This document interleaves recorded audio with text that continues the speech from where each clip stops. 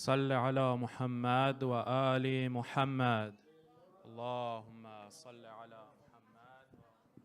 Assalamu alaikum, everyone. Inshallah, we'll save the announcements for either right before or right after Dua Kumail. But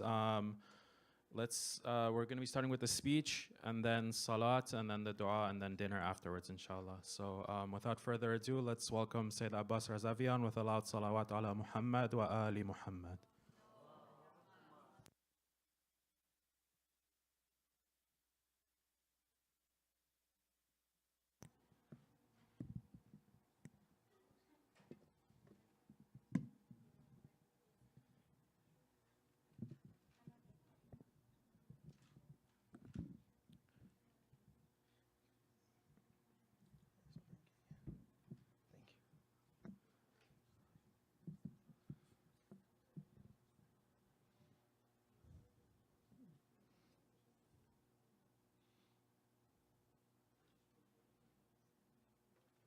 أعوذ بالله من الشيطان الرجيم بسم الله الرحمن الرحيم الحمد لله رب العالمين والصلاة والسلام على أشرف الأنبياء والمرسلين سيدنا ومولانا أبي القاسم المصطفى محمد اللهم صل على محمد آل محمد وعجل فرجه وعلى أهل بيته الطيبين الطاهرين ولعنة الله على أعدائهم إلى قيام يوم الدين.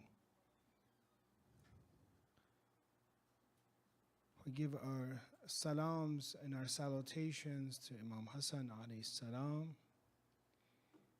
remembering the martyrdom of Imam Hasan alayhi salam.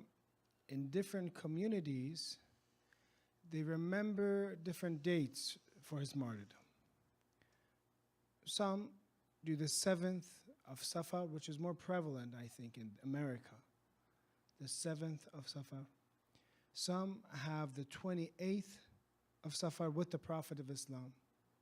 We have narrations or we have statements from the ulama for both.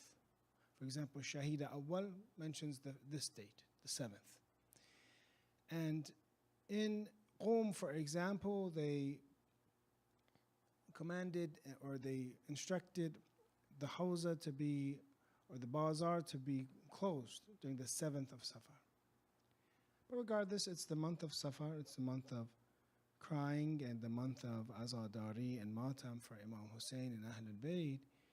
It's not bad to have two majlis for Imam Hasan alayhi salam, one the 7th, one the 28th. When you look at Imam Hasan alayhi salam and you look at his life, you see that there's many people that right now are planning to go to Arba'in. Or maybe some have already left.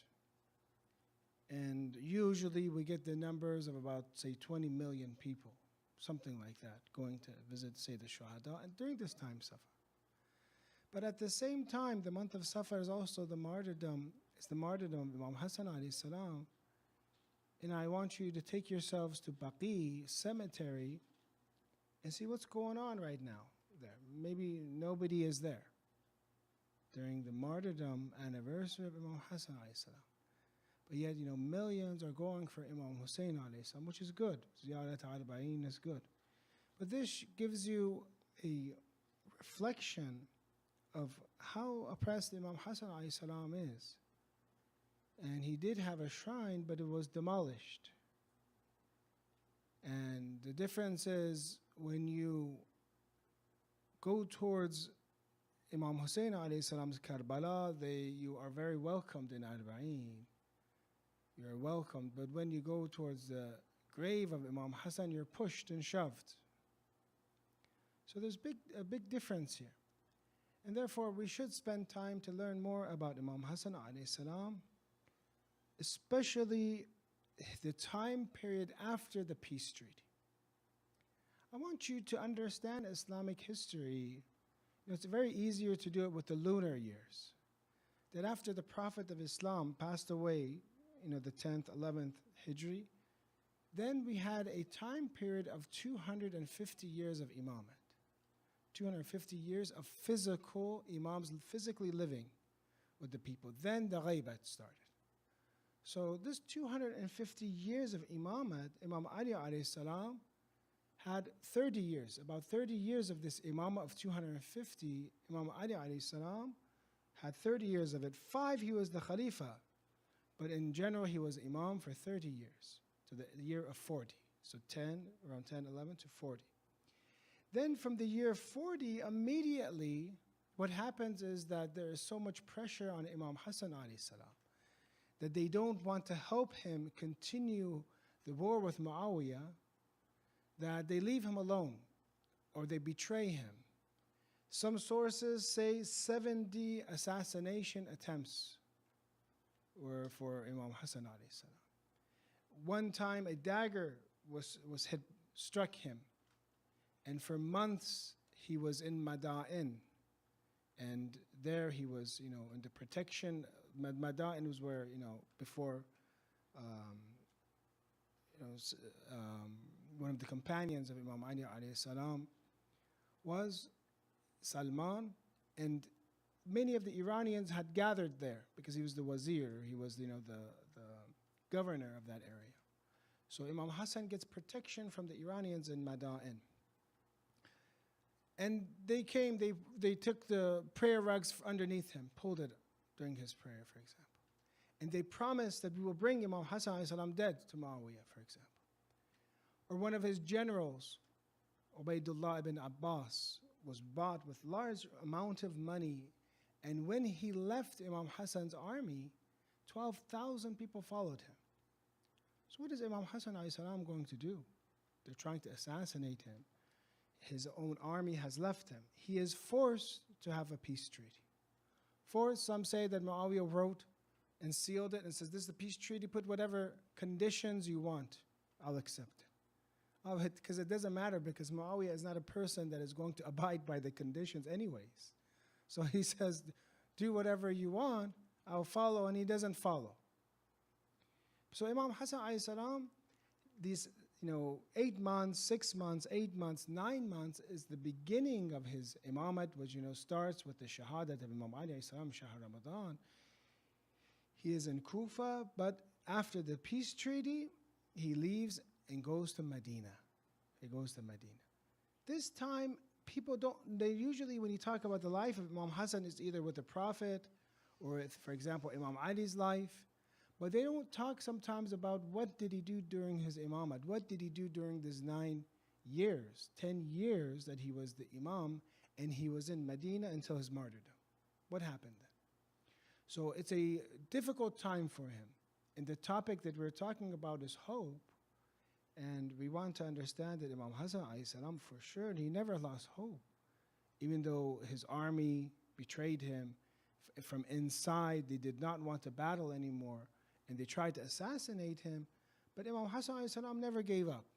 And yet he made this 9 or 10 years very fruitful, so much so that the Umayyads and Muawiyah again thought that Imam Hasan alayhi salam is a threat, and therefore had his wife Ja'ada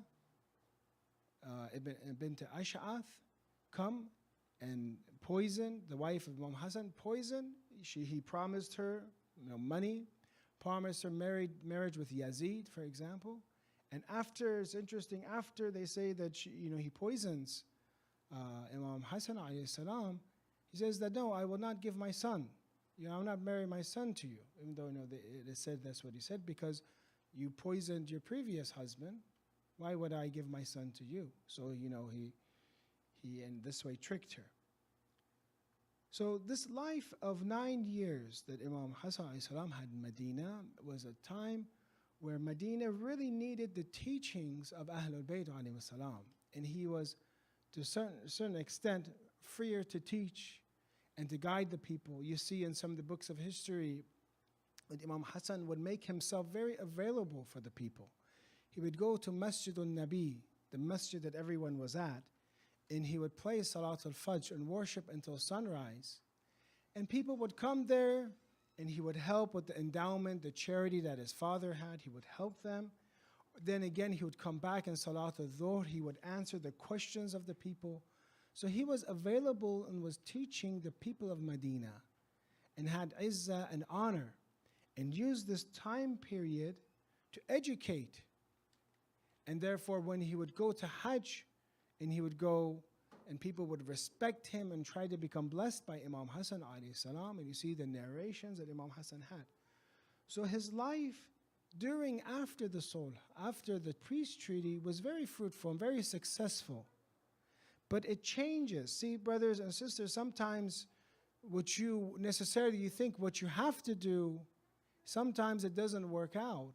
You have to use a different strategy. You have to use seize the opportunity to do something else with your life during that time.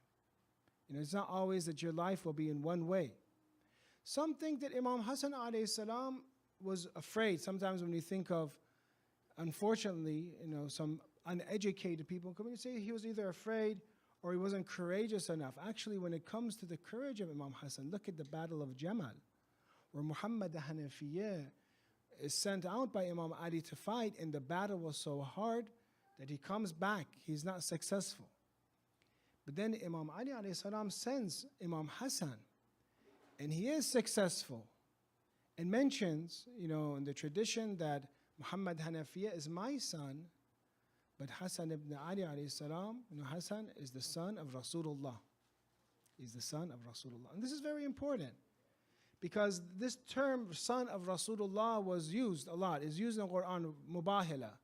Or it's used, for example, when Imam Qadim alayhi salam answered when the Khulafa and says, you're not the son, for example, you're not the sons of Rasulullah, you're from Sayyidah Fatima, which is a lady.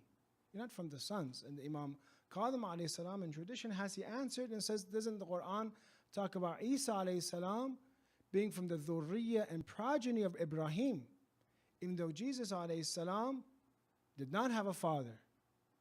So he answers in this way, or sometimes answers in mubahila, abna'ana wa abna'ikum, bring your sons.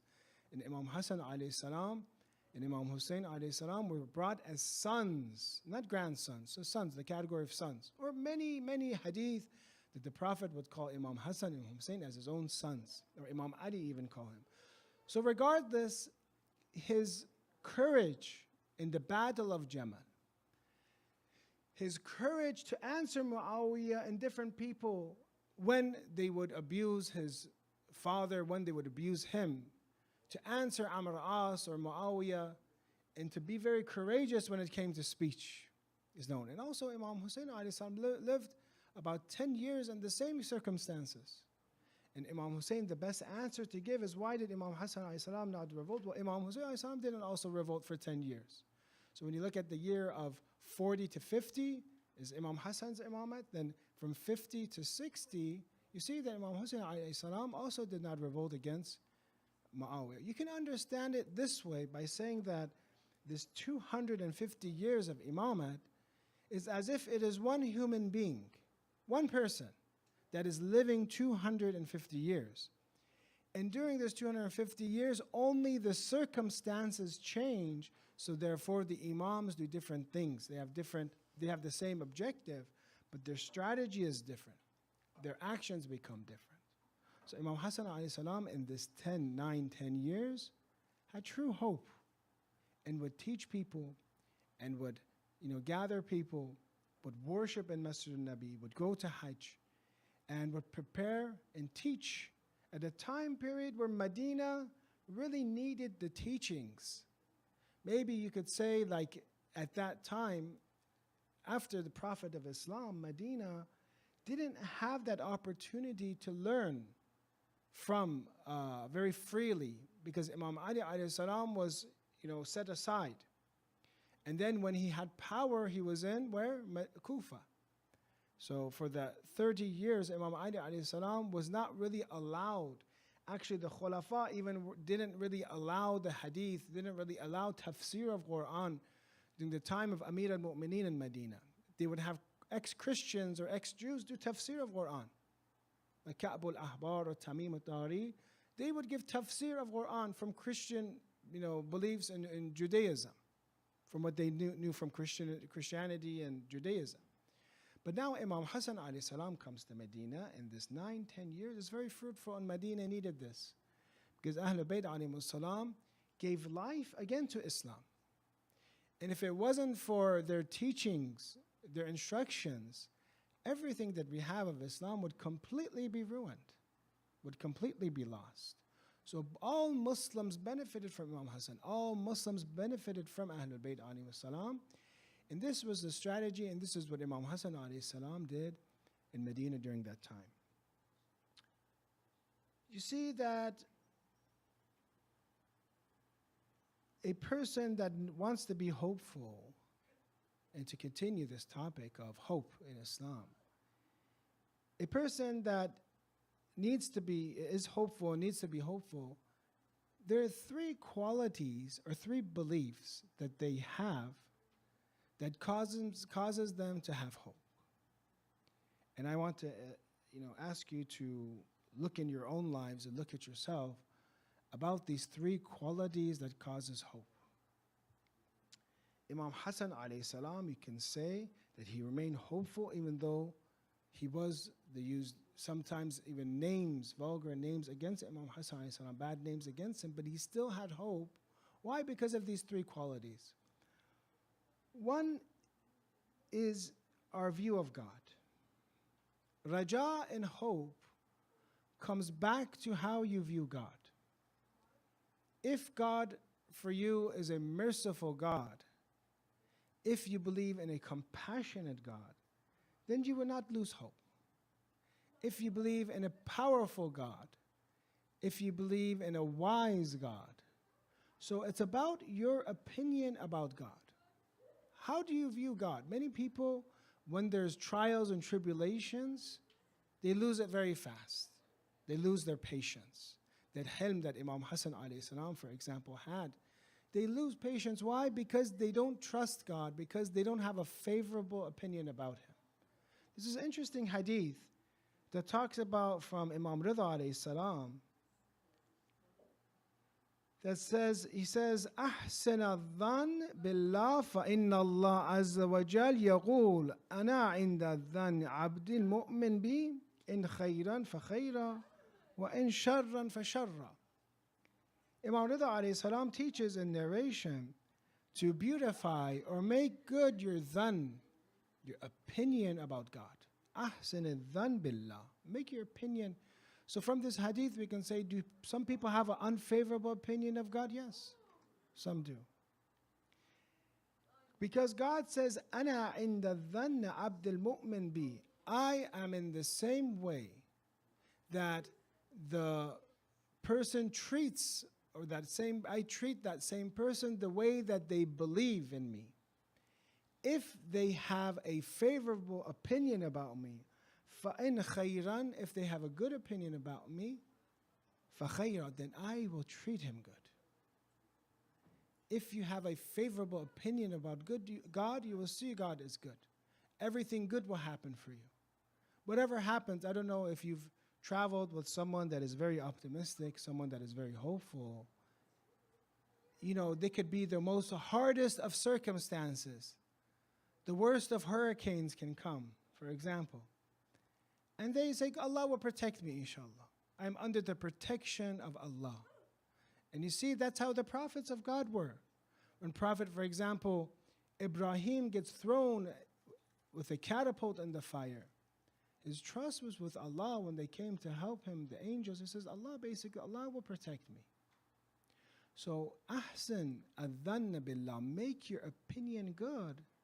That is the first step to being hopeful. That we haven't understood God how we should have. We don't have that ma'rifatullah. Therefore, when something happens with us, sometimes, something that is not even that hard, we flip out, or we can't have patience. I don't know, and I was explaining this, have you traveled, for example, with someone that has a very, is an optimist, the most difficulties, for example, in that plane, the plane can be descending very fast, can be in turbulence, can be in a storm. That person is not affected whatsoever. But a person that doesn't have hope in God, a person that doesn't have dhan, that favorable opinion of God, what happens is that when happens, he loses, his belief. He loses his hope.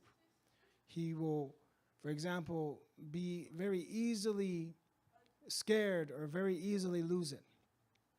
When you look at the qualities of the walis of God or the awliya of God, you see that they make something that is very hard, something that is very difficult, into something that is easy.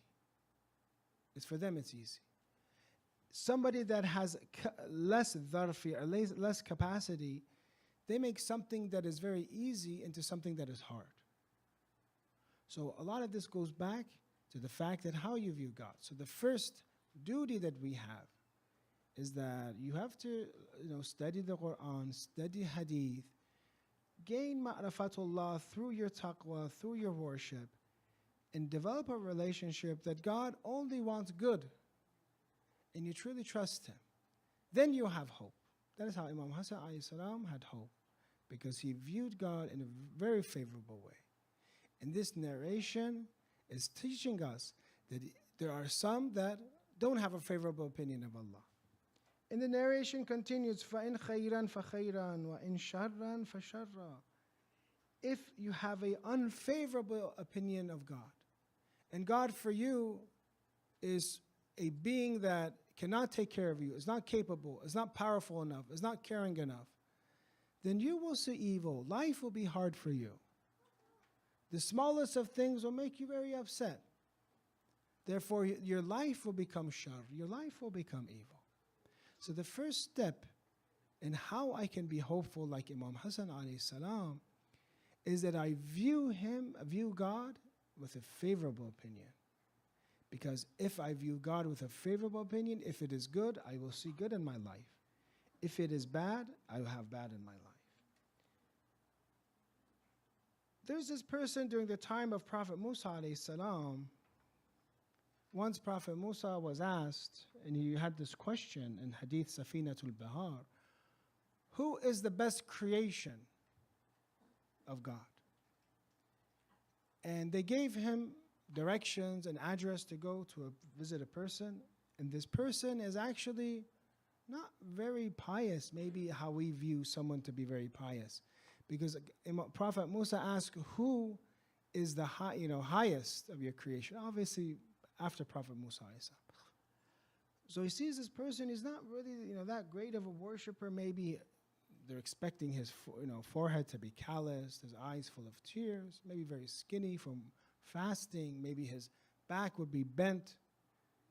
Some of the companions of the Imams, they would worship so much. For example, Awais al-Qarani would worship Allah so much, like when he would do ruku', it would take all the way to the sunrise, they would say, or to Fajr, for example. It would be long ruku'. They would ask him, why is your ruku' so long? And he would say, how short is the night? How short is the night? So we had people that maybe he was expecting someone like this always in ruku' and sujood. He sees someone very normal, and he's confused. And then he understands basically, Jibril comes and says, yes, this is the same person. You asked Moses alayhi salam, you asked, who is the highest in God's eyes? And it's this person, even though he doesn't have that, those characteristics. So this person, he had a skin disease, an infection skin disease. He had, in a way that he had, maybe possibly nerve damage, in a way that he was not able to walk. So in a way he was crippled, in a way that he was also had a skin disease. So at that same time, Jibril comes to him and says that now also we're going to take away his eyes.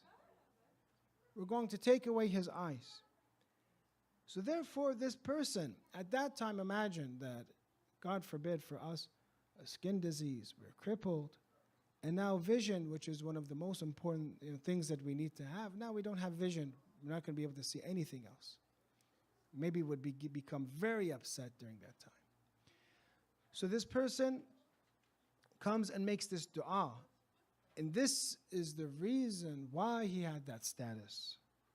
متعتني بهما حيث شئت وسلبتني أيهما حيث شئت.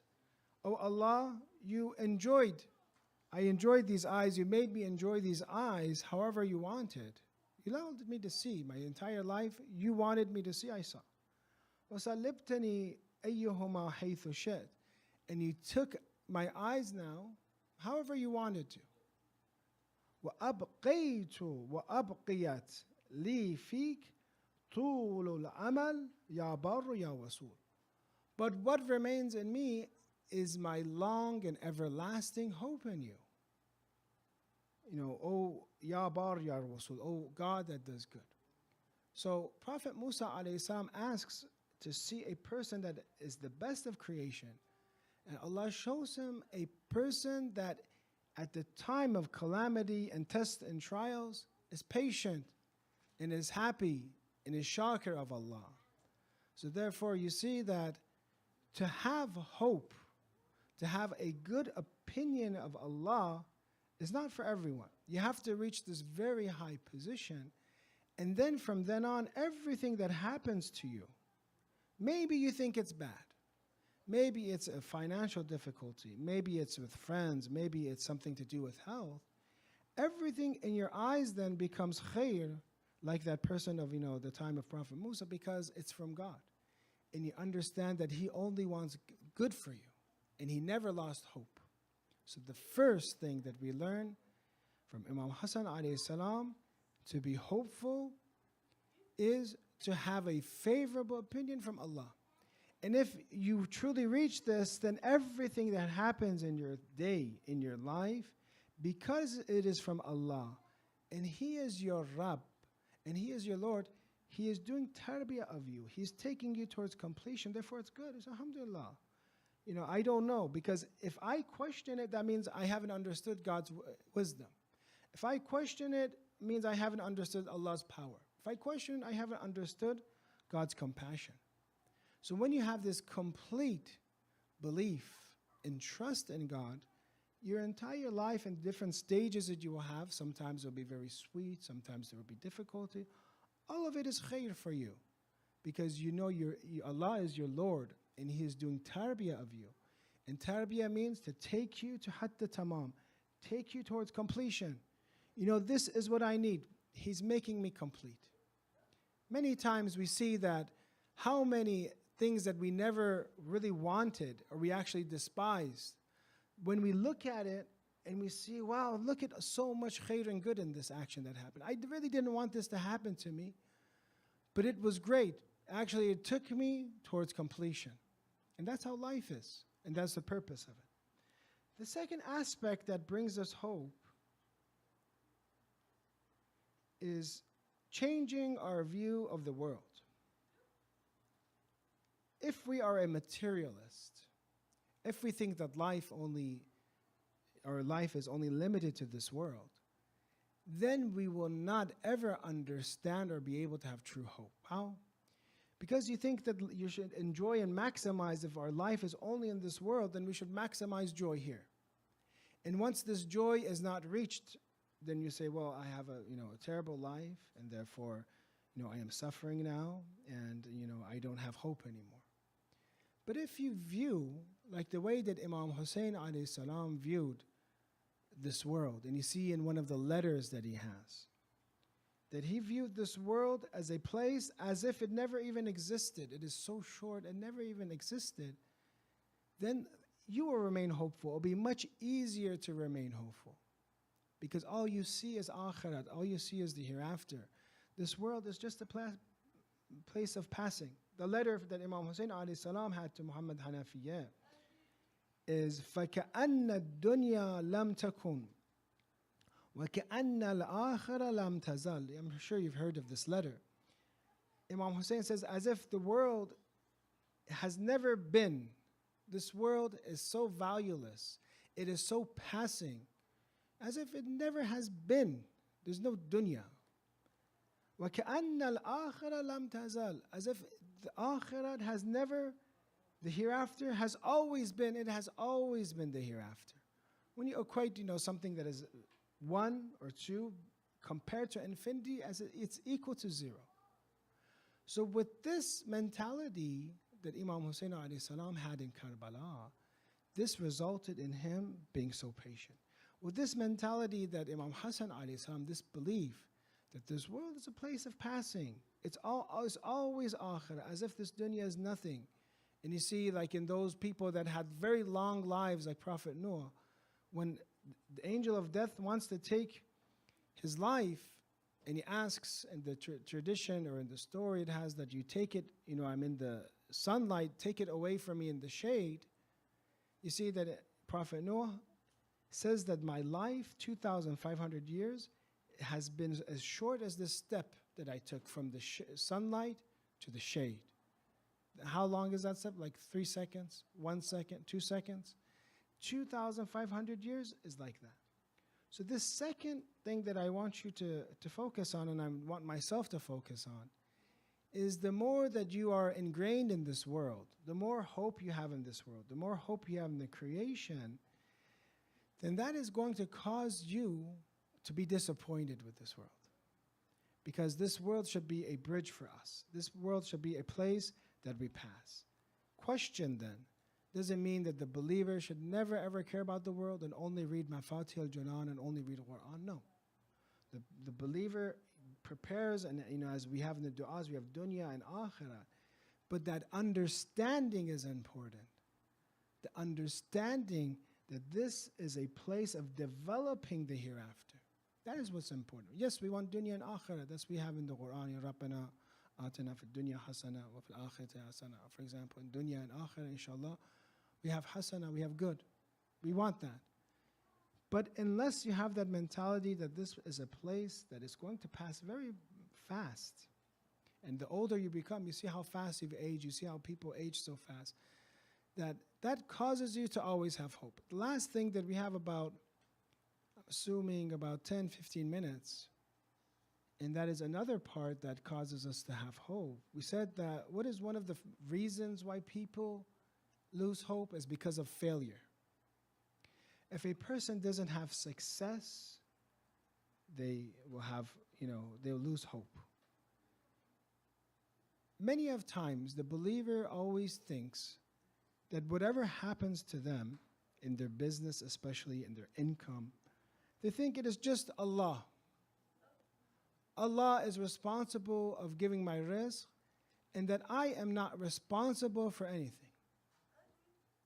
But yet we see that this world is truly a world of cause and effect.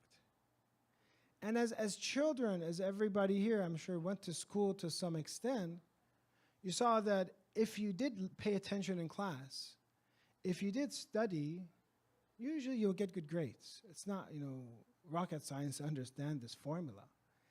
And it's not necessarily that if you miss class and you never paid attention, you never did your homework, that if you just do like a ziyarat or you do surahs of Quran, then you're going to get an A for sure. No. The best way to secure what you want and to to reach your goals is to actually understand the causes, the conventional causes. So this third aspect, which will cause us hope, is that the believer needs to understand how impactful our decisions are in our own lives. At the same time, we said we understand God. We have a good opinion about Him. 2, we understand the world, how it truly is. But that doesn't mean that you don't try in this world. And we've seen time and time again, if you work hard, usually you'll see the results. If you work hard, usually you'll see the results. Imam Kadhim alayhi salam was once farming, and he was sweating very heavily, for example. He was sweating. I believe the narrator is Ibn Abi Hamza. Comes to him in the tradition and asks him, why don't you get a servant? Why don't you get someone to do this for you? The Imam of the age, for example, is farming. Why don't you get someone to do this?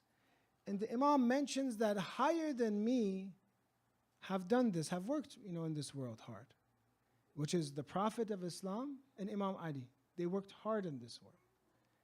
And therefore, he did not allow that person or the servants to come and help him, because this is the way of the Prophet of Islam. This is the way of Imam Ali. How hard did Imam Ali alayhi salam work? You know, when it came to producing income, Imam Ali alayhi salam produced a lot of income. He worked hard. That wasn't dunya. The problem we have is when you see someone working, says, I'm at work or I'm studying, they think, oh, too much dunya. Why don't you just come out, for example, with the brothers? Why don't you come to the masjid necessarily? Why don't you, do this activity with us? No, actually, if you are truly working and you have this objective and it is for God, that is worship. It's one of the best types of worship. How hard did Imam Ali alayhi salam work? How come we just mentioned that Imam Hasan alayhi salam, in the tradition or the history has that he would distribute the endowments of Imam Ali alayhi salam to the poor. That Imam Ali alayhi salam was financially independent, that as a Khalifa he didn't have income from Baytul Mal, he didn't need it. Because he worked so hard in Medina, he worked so hard throughout, even farms around the Red Sea, for example, that he would have servants and they would work there and they would set themselves free after years of working there, and there would be all this agriculture and produce from those farms that Imam Ali alayhi salam had. So when it comes to income, Imam Ali alayhi salam had lots of income. But when it comes to spending, that is where he shows his zuhd and asceticism. That when it comes to spending for himself, he would even hide, we have that he would hide his bread and put a seal on it that nobody would open it and maybe give flavor or give softness to this hard bread.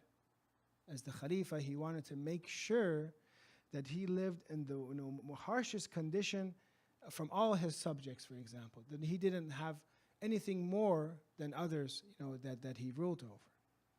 So the third concept of not losing hope is that we forget that Allah has created in this world causation, cause and effect. And if you study hard, you attend class, you're one of those that sit in the front, usually you get good grades.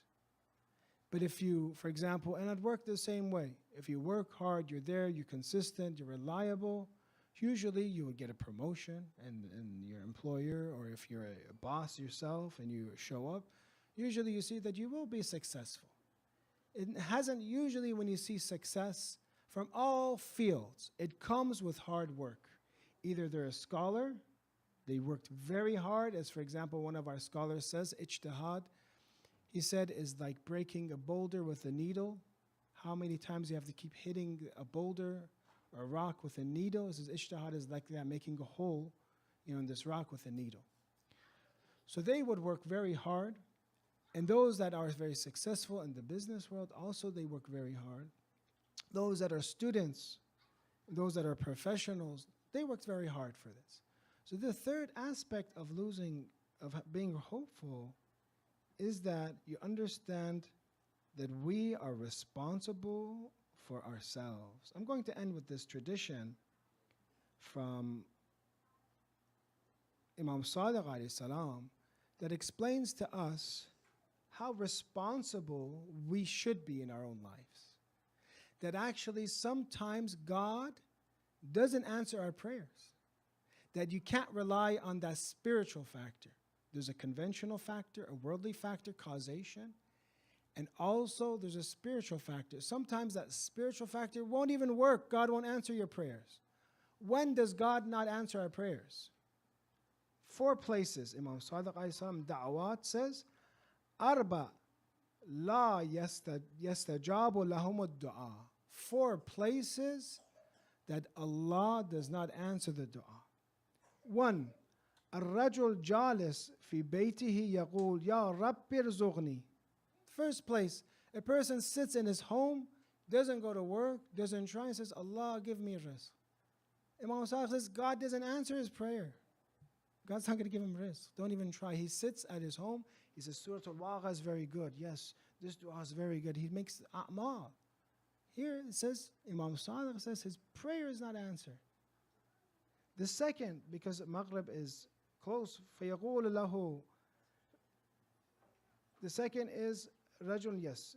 It says, يَا رَبِّي أَرْزُقْنِي فَيَقُولُ لَهُ لَمْ آمُرْكَ بِالطَّلَبِ. The second is to go within. I command you to seek. Go out and work. Go out and seek rizq. The second is وَرَجُلٌ كَانَتْ لَهُ إِمْرَأَةٌ فَدَّعَا عَلَيْهَا. He has a wife and he makes dua against her. And then, actually, this is safety, alhamdulillah, for the sisters, that dua doesn't count. Or if, say, I understand from this too, if the wife makes dua against the husband, may God curse you, for example, or curse your forefathers or whatever when they get upset, or here it won't get accepted, alhamdulillah. Don't worry about this, because it says in the tradition, Alam aj'al amruha biyadik. Didn't I give, for example, her command to you, her affair to you? You could have just, even though this is not, the emergency situations, you would divorce. Instead of making dua against her, you can get divorced. If things get that bad, emergency situation, there's divorce. So why do you curse each other? The third is وَرَجُلٌ كَانَ لَهُ مَالًا فَأَفْسَدَهُ يَقُولُ يَا رَبِّ ارْزُقْنِي. He has money, he has sustenance, he wastes it. He or she goes to Saks Fifth Avenue, for example, all the time. They have a little bit of money, they're there all the time, and always whatever is brand new this season, they buy. Not that it's bad necessarily, but I'm saying that they waste. Their income is this much, but they spend way more than their income. Then they say, God, give me rizq. Well, I gave you rizq, you're wasting it. So the third is a person, we're so responsible for our actions that some places our dua doesn't even count. And the last is وَرَجُلٌ كَانَ لَهُ مَالًا فَأَدَانَهُ بِغَيْرِ بَيِّنَةٍ فَيَقُولُ أَلَمْ آمَرُكَ بِالشَّهَادَةِ. A person has a dain, a person gives money to somebody as a loan, doesn't write it down, and that person steals their money, doesn't give it back, and Allah in this hadith mentions, didn't I ask you, didn't I command you to write, to record it, to have somebody, record, or two witnesses to record this? A bayyinah is two witnesses. So from this hadith, we understand that we are responsible. The last thing to how to increase our hope is that we are responsible for ourselves. Don't blame Allah, don't blame religion for that aspect of your life that you could have handled yourself. So therefore, we understand from this that